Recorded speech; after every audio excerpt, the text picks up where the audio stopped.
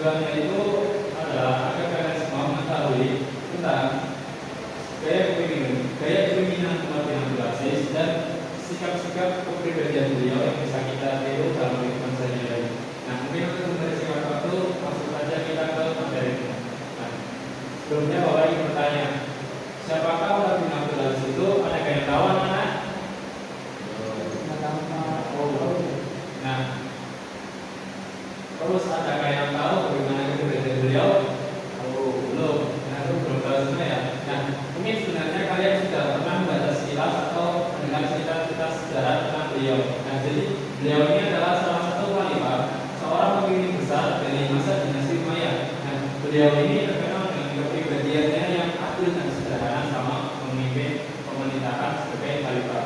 Nah, mungkin untuk lebih memperdalam dalam materinya, kita langsung saja ke materi yang pertama. Nah, materi yang pertama adalah biografi beliau. Nah, nama lengkap beliau adalah Abu Abbas Umar bin Abdul Aziz bin Marwan bin Hakam bin As bin Umayyah bin Abdus Syam. Nah, beliau adalah keturunan Umar bin Khattab dari pihak ibunya yang bernama Laili Ummu Asim binti Asim bin Umar bin Khattab. Nah, jadi beliau ini memiliki garis keturunan dari Khalifah Umar bin Khattab dari pihak ibunya, atau bisa kita lihat bahwa Umar bin Aziz, bahwa kakak ibu Umar bin Abdul Aziz ini adalah Umar bin Khattab. Nah, beliau ini dilahirkan di Madinah pada tahun 63 Hijriah atau 683 Masehi dan wafat di Dar Saman Suriah pada tahun 101 Hijriah atau 720 Masehi. Nah, beliau juga memiliki nama panggilan atau gelar yang lumayan banyak. Nah, beliau ini biasa dipanggil dengan Abu Abbas, ada juga yang menyebut beliau Umar II, dan juga ada yang menyebut beliau Khulafaur Rasyidin kelima. Ya, mungkin untuk lebih jelasnya ini adalah gambaran beliau. Bisa kita lihat anak-anak. Dan mungkin untuk lebih jelasnya pula ini adalah silsilah keluarga beliau. Bisa dilihat kan anak-anak? Ya. Nah, lanjut ke materi yang selanjutnya. Nah, tentang pendidikan beliau. Jadi beliau ini menuntut pendidikan atau menuntut ilmu di kota Madinah. Yang pada waktu itu kota Madinah itu menjadi pusat ilmu pengetahuan dan gudang para ulama hadis dan tafsir. Nah, beliau ini tumbuh di lingkungan yang kondusif dan nyaman. Jadi beliau ini secara tidak langsung pun mengembangkan ilmu agamanya dengan kondusif dan nyaman. Nah, beliau juga disebutkan dalam Al-Quran sejak masih kecil. Nah, ini menunjukkan kepintaran dan keseriusan beliau dalam menuntut ilmu. Nah, kemudian tentang gaya kepemimpinan Umar bin Abdul Aziz. Nah, awal karir Umar bin Abdul Aziz atau Umar bin Abdul Aziz ini memulai karirnya di bidang pemerintahan, yaitu menjabat sebagai gubernur pada masa pemerintahan Khalifah Al-Walid bin Abdul Malik. Nah, beliau diangkat menjadi gubernur Hijaz yang berkedudukan di Madinah saat beliau baru berusia 24 tahun. Nah, Umar bin Abdul Aziz ini menjabat sebagai gubernur kurang lebih selama 6 tahun, dari 87 Hijriah sampai 93 Hijriah. Nah, Umar bin Abdul Aziz ini dikenal sebagai gubernur yang adil, bijaksana, yang bersamakan, senantiasa mengutamakan dan memperhatikan kepentingan rakyat,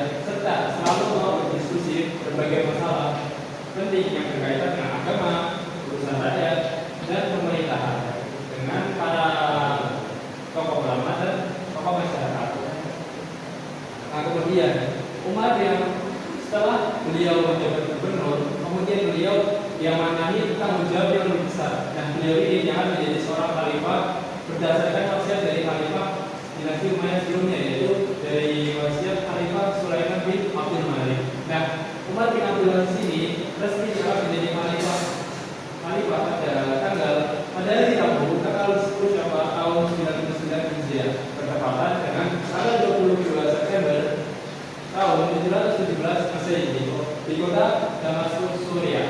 Nah, kemudian berkaitan dengan kesederhanaan Umar bin Abdul Aziz. Nah, jadi salah satu sikap kepribadian yang paling menonjol dan kita pelajari dari beliau adalah ketika beliau diangkat menjadi seorang khalifah, hal pertama yang beliau lakukan pada harga pribadi miliknya itu sangat mengagumkan. Nah, mengapa mengagumkan? Nah, karena beliau ini mengembalikan semua harta pribadi miliknya itu ke Baitul Mal atau kas negara. Nah, tidak hanya itu pula, beliau juga meninggalkan segala bentuk hidup kemewahan dan memilih pola hidup yang sederhana, yaitu yang hanya mengambil gaji sebanyak 400 dinar selama setahun dari potensi 40.000 dinar dari potensi 40 dinar yang bisa beliau terima. Nah, jadi kita bisa melihat bahwa beliau ini walaupun menjadi pemimpin, tapi tidak sama, tidak seperti pemimpin-pemimpin yang ada di mungkin sekitar kita. Kemudian tentang kebijakan beliau di bidang agama. Nah, beliau membuat kebijakan di bidang agama. Yang pertama itu beliau menghidupkan dari ajaran Al-Quran dan Sunnah Nabi Shallallahu Alaihi Wasallam.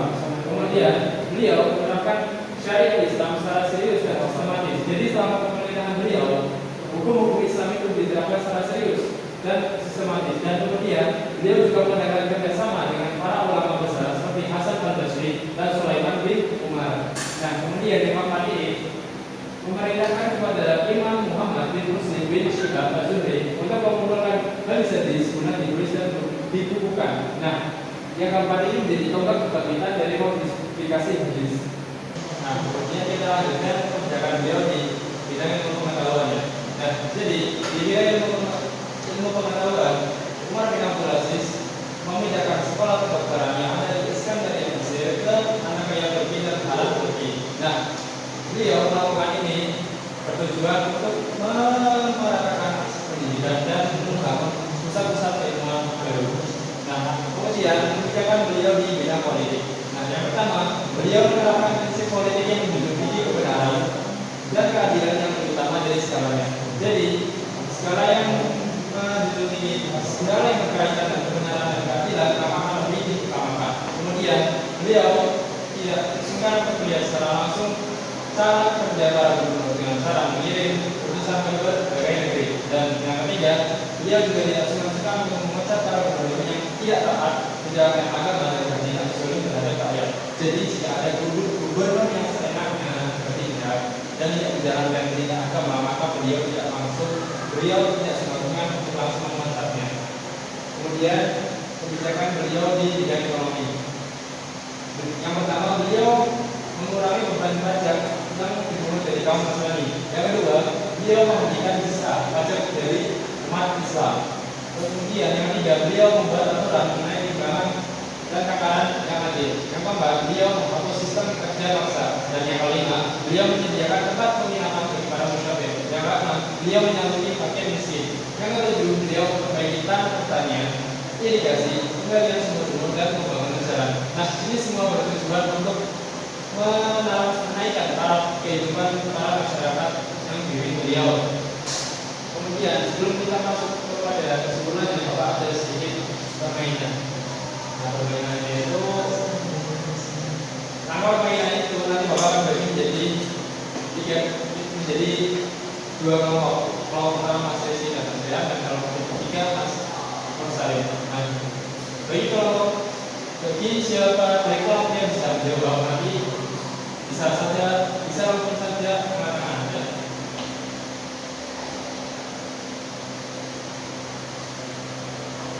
Jadi nanti kalau dari kelompok itu tidak bisa menjawab, akan dialihkan ke kelompok berikutnya.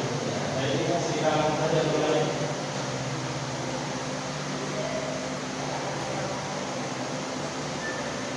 Nah, siapakah nama lengkap dari Khalifah Umar bin Abdul Aziz? Silakan kalau pertama tidak dulu. Kalau tidak 245.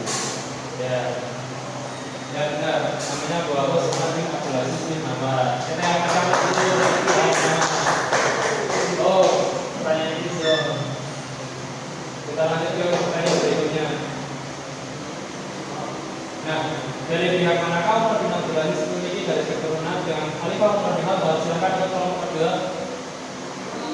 Paman. Dari paman. Dan oh salah. Jawaban yang benar adalah dari dia ibunya. Nah, pertanyaan ketiga. Sebelum dia akan menjadi khalifah, Umar bin Abdul Aziz itu menjabat sebagai gubernur di wilayah. Ya. Nomor pertama, dari nomor kedua. Ya.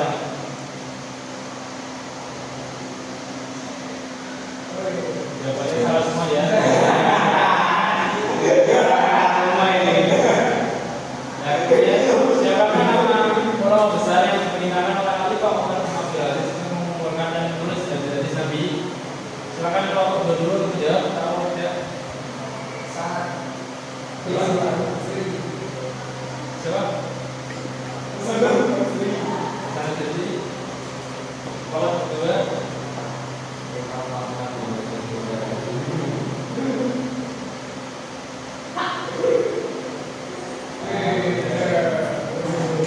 Nah, jadi sebenarnya jawabannya itu benar yang dijawab satu kali tadi, cuma bisa bilangnya saya salah menjadi. Jadi sekarang sementara 2-0. Dan pertanyaan ketiga silakan kalau beliau tidak terlebih dahulu.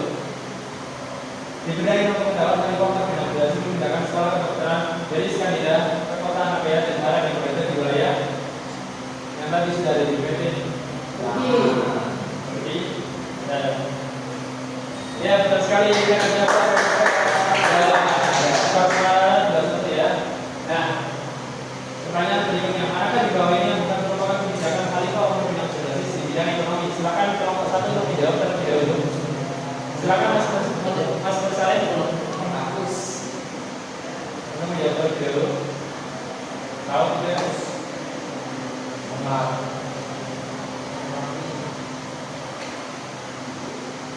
5, 4, 3, 2, 1.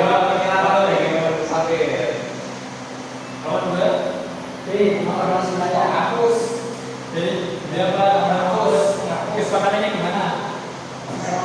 Aku hapus. Hapus sisa. Jawabannya benar adalah B. Terima kasih sudah disayang sekali. Nah, mungkin ada dua pertanyaan terakhir. Nah, salah satu bentuk sederhana Khalifah Umar bin Abdul Aziz adalah mengembalikan seluruh harta miliknya ke zakat Baitul Mal. Baitul Mal. Ya, betul. Skor 3-1. Nah, jadi yang menang kelompok satu ya.